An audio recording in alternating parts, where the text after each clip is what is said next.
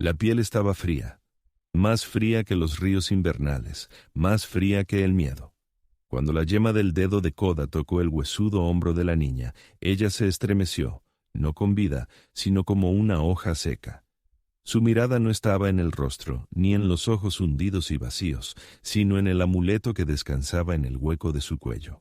Un turquesa surcado por una línea negra como un rayo, igual al que él le había tallado años atrás. Pajarito. Susurró el nombre que había permanecido como ceniza en su lengua durante una década. Sus ojos no se movieron, pero una única y sucia lágrima rodó por su mejilla. No era una señal de reconocimiento, era una señal de dolor, un mundo de dolor. Eso era todo lo que quedaba en ella. Koda lo vio, y algo se rompió en el viejo y petrificado vacío de su propio pecho. Había vivido 10 años en compañía de fantasmas, pero esta era la primera vez que se encontraba con un fantasma de carne y hueso. Sin pensar en otra palabra, impulsado solo por un instinto más antiguo que el luto, deslizó sus brazos bajo su frágil cuerpo. Era liviana como una pluma, un conjunto de huesos afilados y piel delgada que no pesaba nada. Al levantarla, un gemido suave y ronco escapó de ella, y por un momento terrible, temió que se desmoronara en polvo con su tacto. Se movía con la fluidez y el propósito silencioso de un cazador a través del paisaje hostil, pero no cazaba. Protegía. Cada paso era deliberado, sus ojos leían el suelo, no buscando huellas, sino el camino más suave para minimizar las sacudidas para la frágil carga en sus brazos. El sol abrazaba sin piedad desde el cielo, y Koda posicionó su propio cuerpo para darle sombra a la niña, un escudo viviente contra un mundo que evidentemente quería destruirla. Su campamento era poco más que un saliente de roca que ofrecía refugio de lo peor del clima, el refugio de un hombre que no quería vivir, solo existir. La depositó suavemente sobre su única manta. La fiebre era como un fuego que ardía bajo su piel, un calor seco y consumidor. De nuevo no habló. Sus manos hablaron por él. Se movió con la eficiencia tranquila que le había enseñado la supervivencia. Agua de su odre de cuero, no directamente en su boca, sino en un paño con el que humedeció sus labios agrietados, gota a gota. Recogió hojas de un arbusto de artemisa del desierto, las trituró hasta formar una pasta y la aplicó sobre las peores de sus heridas abiertas. Sus movimientos eran una meditación, una coreografía de competencia que silenciaba sus pensamientos. Cada gesto era un argumento mudo contra la muerte. Día y noche se desdibujaron en un ciclo de calor febril y oscuridad fresca. La obligó a tragar un caldo fino y caliente de carne seca y hierbas, cucharada a cucharada. La limpió, lavando la suciedad de su piel, y con cada toque sintió los bordes afilados de sus costillas, su columna, sus caderas, el mapa de un sufrimiento inimaginable. Lentamente, casi imperceptiblemente, el vacío rígido en sus ojos dio paso a un agotamiento profundo e inquieto. La respiración ronca se hizo más tranquila, la piel perdió algo de su frialdad fantasmal. Al tercer día, ella se estremeció mientras dormía. Sus ojos revolotearon bajo los párpados, atrapados en un sueño que era una tortura. Soltó un sonido ahogado, una mezcla de gemido y grito. Koda se inclinó sobre ella, listo para calmarla con un toque suave. Pero antes de que pudiera hacerlo, sus labios formaron una palabra, no más que un graznido ronco, pero tan lleno de terror absoluto que el aire en el campamento pareció congelarse. Koda dejó a la niña en la seguridad de su escondite, un pequeño bulto de esperanza y horror que dormía. El nombre que había susurrado Caín era una semilla envenenada que echó raíces en su mente. No era un nombre apache. Era duro, frío, un nombre como el sonido de un martillo golpeando acero. Con nada más que ese sonido como brújula, Koda se movió como humo por el paisaje, siguiendo los débiles rastros que conducían a abrevaderos y puestos comerciales. En cada polvoriento puesto de avanzada, escuchó las conversaciones de los buscadores y tramperos, una sombra silenciosa buscando un eco de ese nombre duro. Y lo encontró. Los rumores hablaban de un pueblo minero llamado Redención, en lo profundo de las tierras malas, un lugar gobernado por un hombre llamado Silas Caín, un hombre que imponía el orden con mano de hierro y un bolsillo lleno de dinero. Redención era una herida en el paisaje. Desde la distancia, desde las colinas rocosas que la dominaban, Coda no vio una ciudad, sino una enfermedad. Laderas desnudas, surcadas por pozos mineros, un conjunto de cabañas de madera que se aferraban al suelo como costras y un sonido constante y suave, el lejano e implacable tintineo de metal sobre piedra. Observó durante días, sintiendo el ritmo del lugar, la forma en que los hombres iban a la mina con la cabeza baja y regresaban con los ojos vacíos. Vio hombres que eran la ley, no por una estrella, sino por los pesados revólveres que colgaban de sus caderas. Al tercer día, dejó su puesto de observación y se deslizó por la ladera, no como un hombre, sino como parte de la roca y la sombra.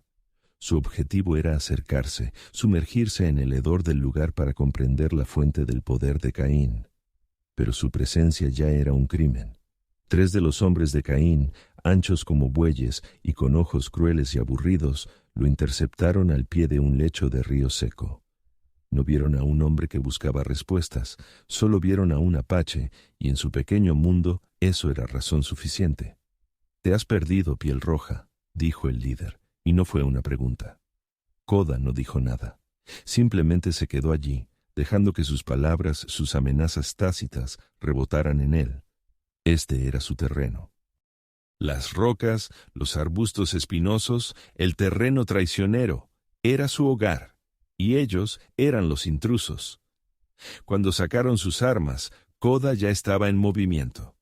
No fue una explosión de violencia, sino una demostración de eficiencia. Usó su propia inercia contra ellos, un codazo que desequilibró a un hombre, un paso rápido que lo puso detrás del segundo.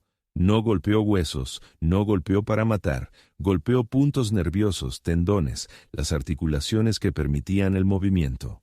No hubo masacre, solo 3 fuertes gemidos mientras 3 hombres grandes caían al suelo como árboles talados, incapaces de moverse, sus ojos llenos de sorpresa e incredulidad. Los desarmó y se disolvió en el paisaje incluso antes de que el polvo se asentara. Había ganado, pero también había cometido un error. Les había demostrado que existía.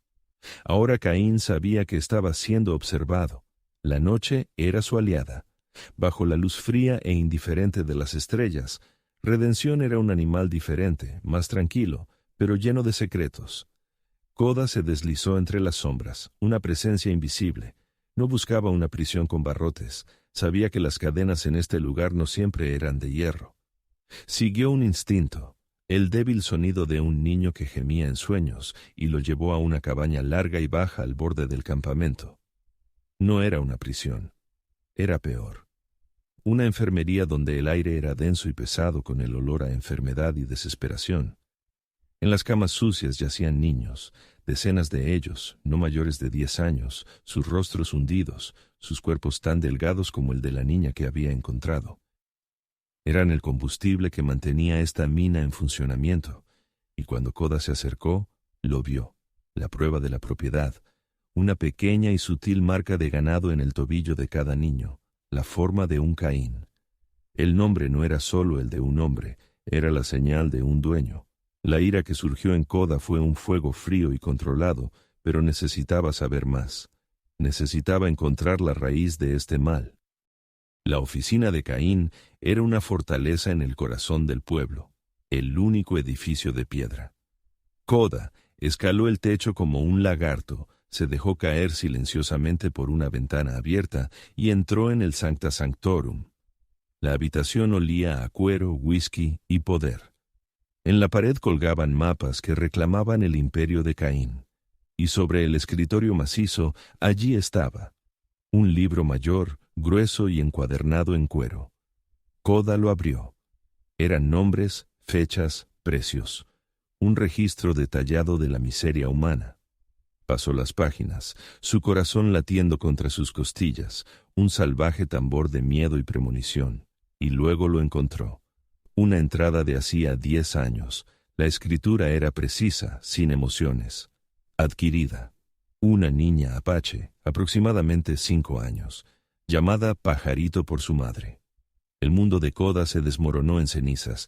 El fantasma que lo había perseguido durante 10 años, el vacío que lo había consumido por dentro, la pregunta interminable, todo tuvo un comienzo aquí. El secuestro, su hija, este lugar, este monstruo. Todo estaba conectado. El hombre que había sido un espíritu silencioso y afligido, murió en ese momento. Lo que quedó en su caparazón fue algo diferente, algo más duro. El dolor de la tragedia se transformó en la terrible claridad de la venganza. Impulsado por una furia que quemaba toda razón, olvidó ser un fantasma. Se convirtió en un guerrero. Salió corriendo de la oficina, no hacia las sombras, sino hacia la luz de la luna, y lanzó un grito de guerra que heló la sangre. No solo quería matar, quería aniquilar, pero Caín era un maestro de la naturaleza humana. Había esperado tal arrebato. El chasquido agudo de los martillos amartillados provino de todos los tejados circundantes. Las antorchas se encendieron, transformando la noche en un día brillante y de pesadilla. Koda estaba rodeado. Había caído en una trampa. Caín salió del salón, lentamente, con una bebida en la mano, su rostro una máscara tranquila de control divertido. «Sabía que vendrías», dijo, su voz tan suave como la piedra pulida. «El dolor hace que un hombre sea tan predecible». Koda se quedó allí, atrapado en la red de su propia ira. Los hombres de Caín lo derribaron por detrás y cayó de rodillas. Caín se acercó, sus ojos brillando con cruel satisfacción. «Me miras como a un demonio», se burló. «Pero tú y yo somos más parecidos de lo que piensas. El gran Koda, el carnicero de Ash Creek, el brutal asaltante apache. Verás, la única forma en que mis hombres pudieron entrar en tu aldea y llevarse a la niña fue porque tú mismo eras conocido por hacer exactamente lo mismo». Las palabras eran veneno, pero llevaban el aguijón de la verdad. Koda había vivido otra vida 10 años antes, una vida que quería enterrar, pero que nunca había muerto realmente. «Pero quieres tu venganza, ¿no?», continuó Caín. «Déjame quitártela». Tomó un sorbo de su bebida. «Vendía Pajarito hace años a unos buscadores que se dirigían al oeste. Tal vez esté muerta, tal vez sea la reina de California, no lo sé, y nunca lo sabré». Sonrió. «Toda tu ira, todo tu sufrimiento, no tiene un objetivo. Es inútil». Los hombres de Caín golpearon. Cada golpe no estaba dirigido solo al cuerpo, sino al alma. Lo dejaron tendido en la tierra, un caparazón ensangrentado y roto, mientras las luces de redención se desvanecían detrás de él. Lo arrojaron al desierto para que los buitres se lo comieran, un hombre al que se le había quitado todo, incluso la satisfacción de su propia venganza.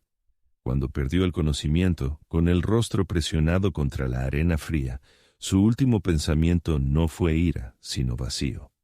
Y entonces, mientras la oscuridad lo envolvía, vio en lo alto del cielo una mancha oscura, un águila solitaria, que circulaba en el aire frío de la luna, un testigo silencioso y vigilante de su caída más profunda. La muerte no vino por Koda. En cambio, el desierto le envió un castigo más duro: claridad. Cuando despertó bajo el sol abrasador, su cuerpo un concierto de dolor, no sintió la ira de la noche anterior. Sintió la verdad de las palabras de Caín, afiladas como un cuchillo. Su venganza nunca había sido por su hija, había sido por él. Un bálsamo egoísta para una herida de 10 años, para silenciar el fantasma de su propia culpa. Vio al águila todavía circulando en lo alto, un punto inmóvil en el cielo, y comprendió. No era un presagio de muerte, era un testigo. Y era una pregunta. ¿Para qué viviría ahora que se le había quitado la cómoda mentira de su venganza? El espíritu de Pajarito solo había sido eso, un espíritu. Pero los niños de esa mina eran reales, su miedo era real, su dolor era real. Koda se levantó, cada músculo protestando, pero su mente estaba más clara que nunca. Su ira no había desaparecido, se había transformado, de la llama ardiente e impetuosa de la venganza a la brasa fría y enfocada de la redención. Su propósito no era vengar el pasado, era asegurar un futuro para los vivos. Tenía un nuevo plan, no el plan de un guerrero, sino el plan de un espíritu. Caín tenía razón, El dolor hacía que un hombre fuera predecible, pero la redención lo hacía impredecible. Koda no regresó a redención como un atacante. Se convirtió en parte del paisaje, un susurro en el viento.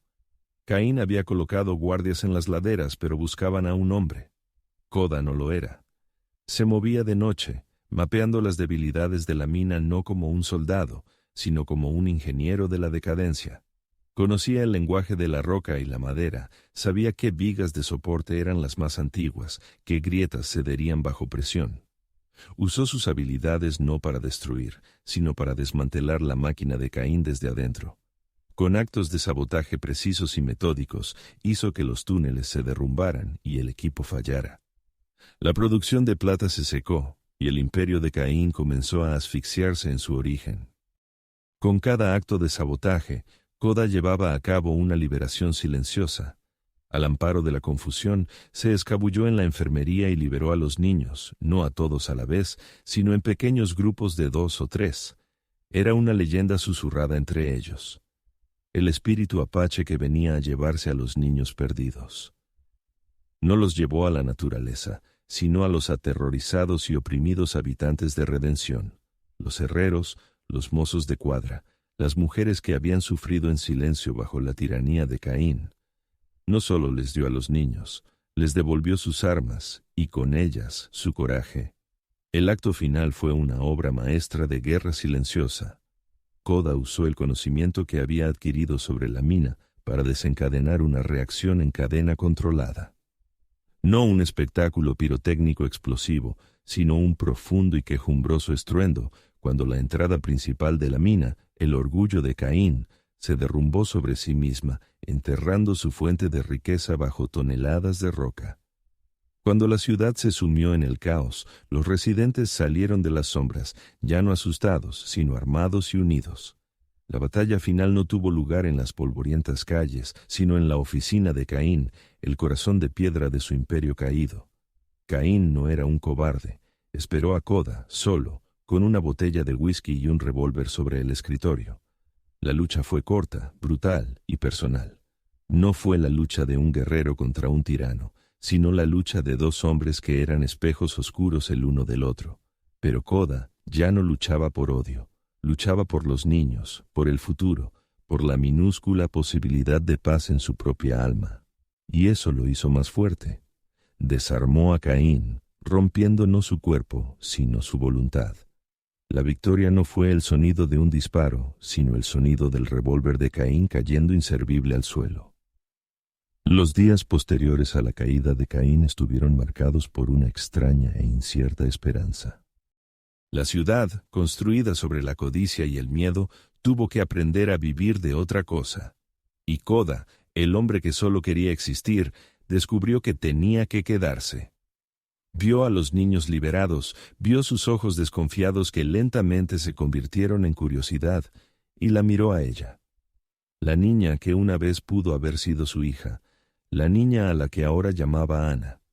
Se recuperaba lentamente. Sus mejillas recuperaban algo de color, sus miembros algo de fuerza. La última escena no fue una despedida dramática. Fue tranquila, sencilla, pero llena de significado. Koda estaba en las afueras del pueblo con Ana y un pequeño grupo de los niños mayores. El sol salía, pintando el cielo con los colores de una nueva promesa. Koda no se marchó. En cambio, se arrodilló en el polvo, tomó un palo y dibujó una señal en la tierra, la huella de un coyote. Miró a los niños y por primera vez en 10 años sus ojos no estaban obsesionados por fantasmas.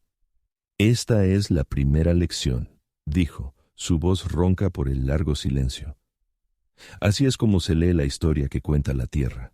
Entregó su conocimiento no a un hijo de su sangre, sino a los niños que había salvado de la oscuridad. No era venganza, no era paz. Era algo mejor. Era un legado.